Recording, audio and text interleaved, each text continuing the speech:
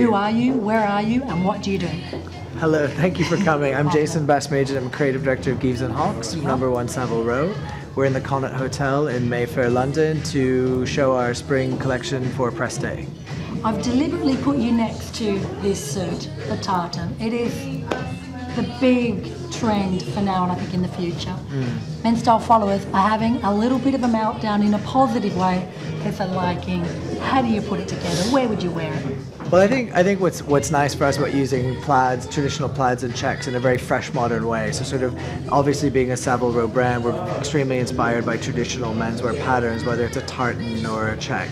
I think for us with this look in particular, it's been fun to show it in new colorways, very sort of rich navy and brown, and to pair it with a fine gauge polo shirt underneath in a very modern way. Instead of making it quite traditional with a shirt and tie, we really loved it with a trench and just throw it on with a nice polo and you go. I like this suit particularly because the pants would look great also with just a t-shirt, or the jacket would look great with dark jeans or Bermudas as well. So you can really, it's quite versatile.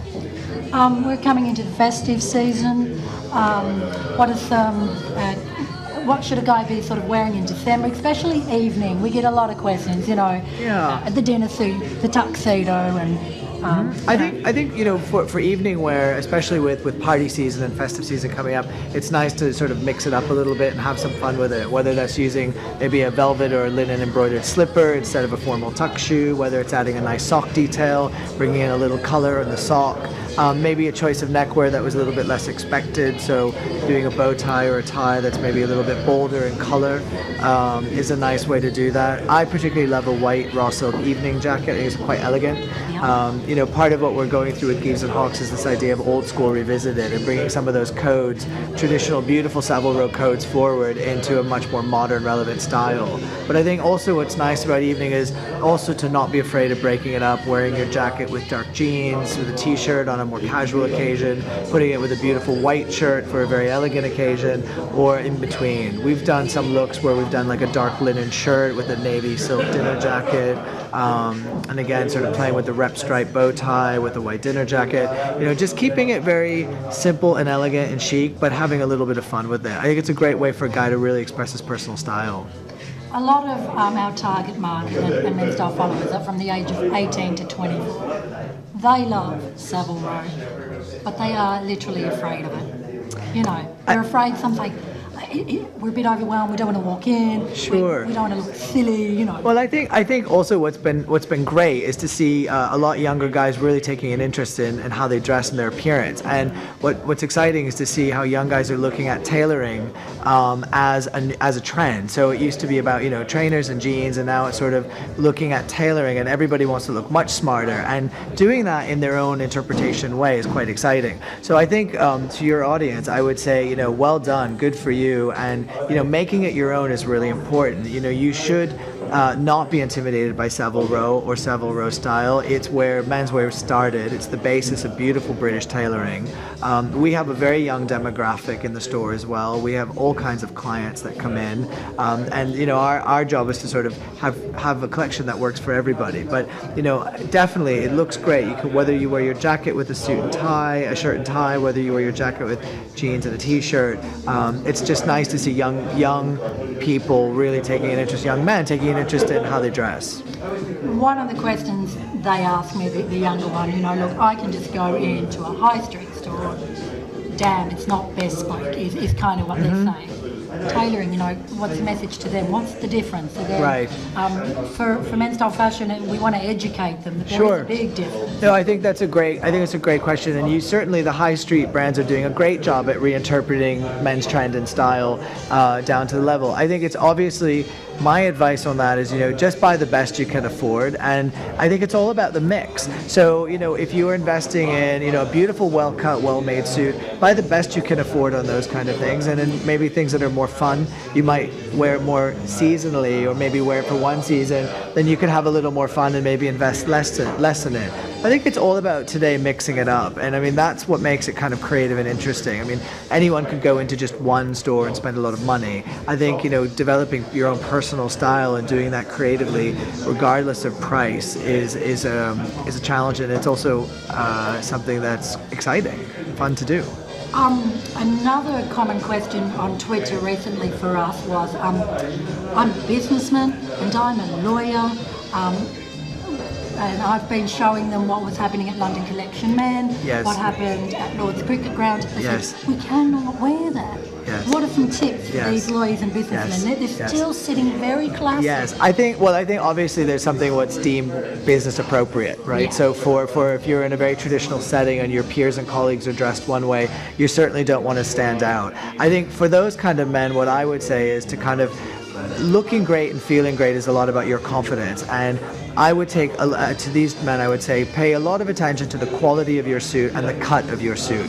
You know, spend the extra time and money to make sure your suit is beautifully fit to your body, that the shape is right, neither too tight nor too baggy. And I think, you know, that any man can look extremely elegant with just a few extra attention to the details. And I would buy very good fabric. I would buy the best quality. These are professional people. Buy better but less, and really make sure it fits you well. And then find your style. If you have to wear a white shirt for work, maybe it's just about the way you fold your pocket square, or maybe it's just your sock detail, which is how you can bring a small detail and personality into your look without feeling like a cookie cutter, at the same time not standing out too much that you feel uncomfortable in a business situation. Another tweet that comes at us is young graduates just come out, Yes. and they're just clueless, you know. Yeah. We wrote an article, you know, what should a graduate Great. wear? Great. Anything? Yeah, I think you know, you're coming out of school, whether depending on what field you're going into, whether you need to have that sort of that dreaded interview suit or jacket. I think for me, if you're not quite sure, you're doing something that you want to look smart, but you need to be dressed, but you may not want to wear a classic blue or gray suit. A great blazer is always, you know, looks appropriate. You can put it with anything. You can dress it up, you can dress it down. You can wear it with a tie and a white shirt with dress trousers, and it can work almost like a suit. You know, you're obviously coming out of school. What I would say to the young graduates is just pay attention to your grooming, your nails, the way when you speak to people, because men's style is not just about what you dress, it's how you carry and present yourself. So to make a good impression, think about, you know, that your interviewer, speaking to them, looking at them in the eye, taking care of your shoes being polished, your nails being clean. They're things that seem obvious, but they're little details that people do notice when they meet you. You do only get one chance to make a first impression, and while you may not be able to go out and spend £2,500 on a suit or want to, there are a lot of other things that you can do that don't cost anything other than a little time and attention. Brilliant. Let's talk about the groom to be. I went to a big conference where they're still renting. Yeah, tuxes. And for me, honestly, Yeah. it's a tragedy. Yeah. So, yeah. you Well, know, and, you know, it's interesting that you asked me this question because Gieves and Hawkes is definitely a go-to destination for special occasion. We do everything from formal dinner suits to morning coats and white tie at being the most formal end of the scale. We also do quite a lot of military uniform, so we do make a lot of bespoke military uniform for very high-ranking officers. So we have this tradition of formal dress.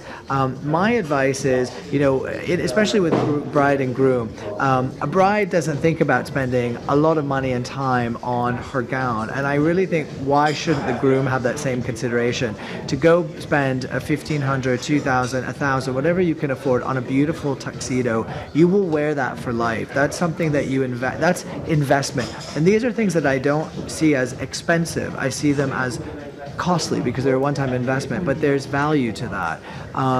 And you're going to feel great owning your own suit. You're going to, every time you wear that, you're going to have a great memory of that, and you'll be able to use it. I think also you can take your dinner suit jacket and mix it up with a white t-shirt or a white shirt, open collar, dark jeans, and loafers for a fancy dress party, and it's great. You can get some wear out of it. We've seen a lot of men actually come back to us and invest in those looks, especially in England. We have a lot of men who follow the social season, whether it's Ascot, whether it's polo, and they come to us and they used to rent their morning suits, and they're now coming and investing in a morning suit. It's fit for them properly, it's cared for by us, it's tailored, and they can bring it in for alterations if they're, you know, lose or gain a little weight with the years, and make sure that they're always looking turned out and smart. not to be intimidated by Savile Row or menswear. We feel very comfortable walking into a high street store.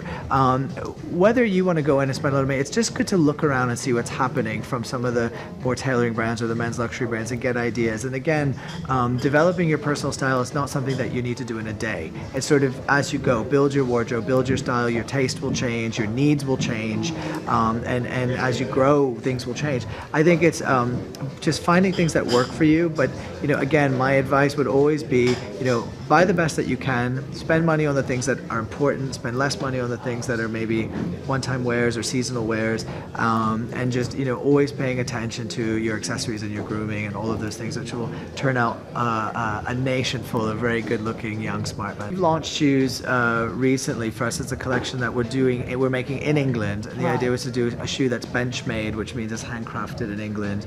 A lot of time to making shoes. We use traditional British methods on a British last. So the difference being often a British shoe is a little bit sturdier in the construction, slightly different shape than maybe some what would be known as traditional Italian shoes.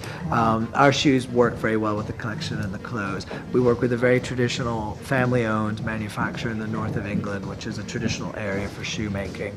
I think with shoes, again, my advice would be to buy the best you can. And if you have to buy one pair, maybe you buy one nice lace-up brogue in a dark brown, which would work with black or browns or grays if you need to, or black, and then you can really wear it. I'd keep it simple. If you don't have a large shoe wardrobe, I'd keep it quite simple and good quality, and take care of them. Put shoe trees in them, have them polished regularly.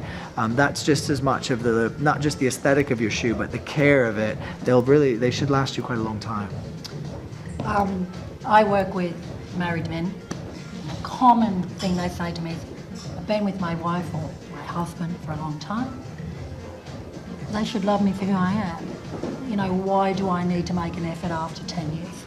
I think that starts with how you feel about yourself. And I think it's very important, and the way you perceive yourself and love yourself. It's not about vanity. It's about actually feeling the best you can, which will give you confidence. And I think it's about finding who you are and how you want to feel for yourself and then for your partner. But it's nice to make that effort, and it's also out of love and respect. Of course, we love the person that we're with for who they are, but a little surprise, a little bit of excitement keeps things fresh, a little bit of style, and you may discover something about yourself or feel really good about yourself in something that you're doing to maybe please your partner, may actually end up pleasing yourself more. It's probably really healthy for the relationship.